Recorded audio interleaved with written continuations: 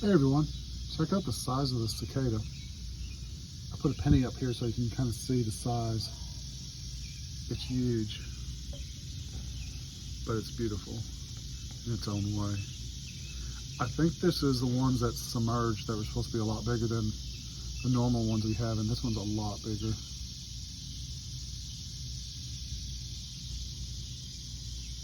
How cool is he? Again, there's a penny just for size. I don't know why, but it jumped on the tire of my